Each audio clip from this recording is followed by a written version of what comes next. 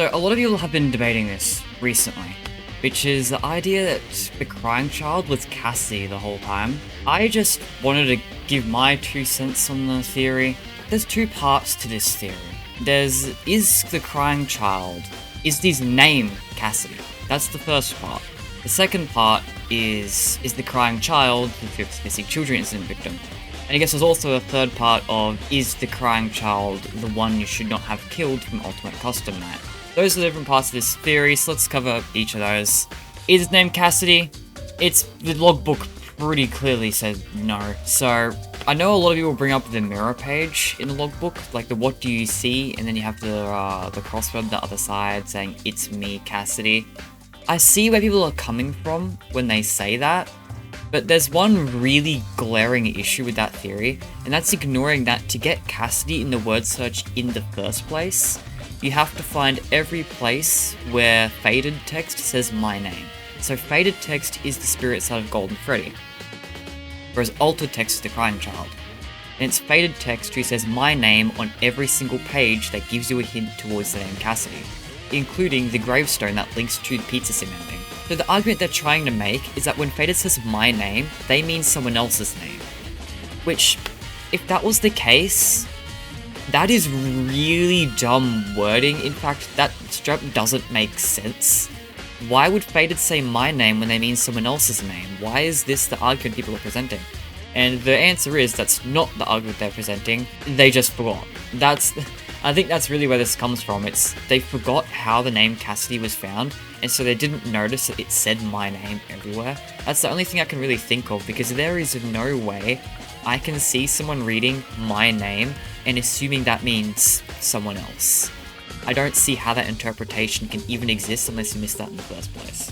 That's a pretty slam. So what about the mirror? What about the mirror? Well, it's pretty simple actually. The mirror is just not connected to the puzzle. Like, I know the mirror is on the other side of the page next to the crossword puzzle, but I think that's just poor placement of the mirror. I don't think it actually connects to that puzzle. Because, as I said, how that puzzle works is faded text says my name, and on every page it says my name, there's something to do with numbers that's notable, and then those numbers are coordinates that then, if you plot into the crossword, get your name Cassidy. So definitely, faded text name is Cassidy. The mirror isn't even involved in that process whatsoever. So it's pretty easy to explain that. I understand why people are using the mirror, because as I said, it is on the page after, but I think it's pretty clearly not connected to the puzzle, especially considering, as I said, faded's literally saying it's my name means faded's name.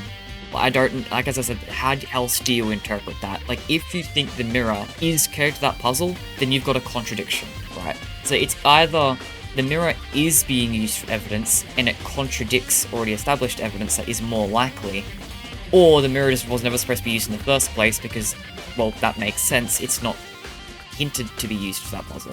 I think it's really weird that theory is coming up so much right now, because in my opinion, it's pretty clear that Cassidy is the name of the Golden Freddy spirit, not the crying child. I mean, unless you want to use it technically, the crying child is also in Golden Freddy sort of thing. But you know what I mean. The 5th missing children incident victim. The next part. Is the crying child part of the missing children incident victim? Well, I'm gonna just say I agree with Pat here and say no. Like, the missing children incident happened at Freddy's. It's why that you find the articles at Freddy's. So, the idea that as someone who publicly died at Fredbear's is part of the missing children incident at Freddy's doesn't really work for me. I don't think there's any real evidence for it either. I mean, I think there is, I'm just not really understanding it.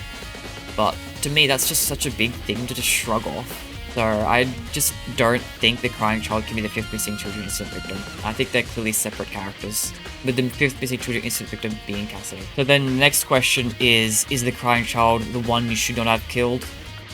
No, I don't think so either. So the one you should not have killed is, there's 2 options for who it is, I think.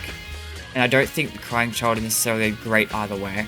Purely because I think it's pretty clearly plays William Afton in that game, and the crying child wasn't killed by William Afton. So I think that immediately should rule out the crying child for being the one you shouldn't have killed. So who is the one you shouldn't have killed then? Well, again, there's 2 options. That's either Cassidy, because, the Golden Freddy cutscene at the end of the game heavily implies that Cassidy is involved in Ultimate Custom Night. So it makes sense it should be the one you shouldn't have killed. But the alternative answer, and it's actually the answer I and I personally believe, is that it's Andrew. So in the Fazbear Fright story, The Man in Room 1280, it's very, very explicitly clear it's Andrew, and Andrew just fits the role better than Cassidy ever did. Because Andrew's personality lines up with the one you shouldn't have killed, whereas Cassidy's personality isn't defined, and to put it in that role, you just kind of have to assume it's the same.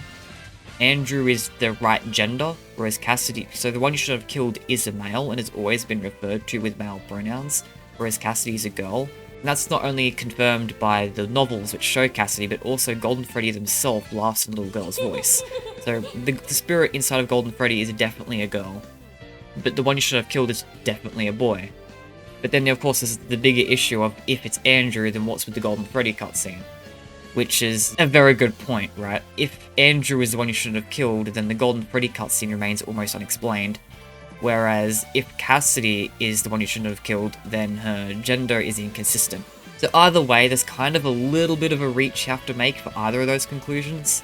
But for me, I just think Andrew lines up a little bit better personally, but I totally see why people think it's Cassidy, because she does line up pretty well. And I mean, consistency isn't this franchise's strong point. I'm not going to say it's definitively not Cassidy because of one thing that could easily be an error, right? Scott makes so many errors in this franchise, that would just not be fair. Obviously, things are just inconsistent sometimes.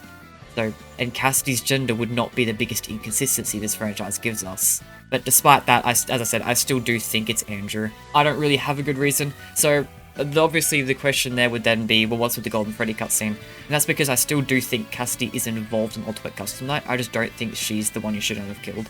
That's purely because of the Bear of Vengeance cutscene. So when I played Ultimate Custom Night and saw the Bear of Vengeance cutscene, I saw it as a 1v1 that keeps going back and forth between the two. You have Foxy, who is trying to take down Freddy, but instead of just killing him or something, he puts him through this task and instead he never lets it end, it just keeps going back and forth. And when I think of a continuous one-on-one back and forth in Ultimate Custom Night, the very, very obvious connection is it is Ultimate Custom Night, right? Because that is a back and forth between the one you shouldn't have killed and William Afton. To me, it feels like the obvious solution of what that is. But then, with that interpretation, there was always the lingering question in my mind with, what about Mangle? Because Mangle is clearly showing that there's someone else on Foxy's side who isn't part of the process, but is just kind of there. So then who is Mangle? Who's there in Ultimate Custom Night with the one you should have killed? And I think with the idea that both Andrew and Cassidy feel like they should be there, that just feels like it fits in really cleanly. So Mangle represents Cassidy, the Golden Freddy spirit that's there, possibly doing something that... He's probably doing something, probably has some role that is there, but I could not tell you what it is at this point in time. Whereas the fox represents the one you shouldn't have killed, which would be Andrew.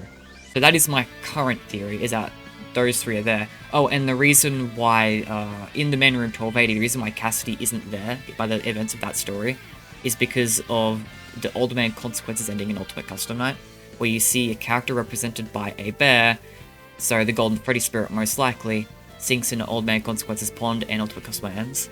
That, to me, feels like Cassidy moving on, and leaving the demon to his demons, leaving William to Andrew. That feels like the answer that works for me, but again, there's also a problem with that, with the whole idea that Old Man Consequences feels like an ending. I mean, it closes the game, right? Whereas if it's just Cassidy leaving, and leaving Andrew to William, it's not really a definitive ending like Old Man Consequences is portraying. So again, there's an issue with pretty much all of these series. There's at least one minor issue with everything. But that's just the way I choose to go. So with that, I don't think the crying child is Cassidy. I don't think the crying child is part of the missing children incident. I do not think the crying child is the one you shouldn't have killed.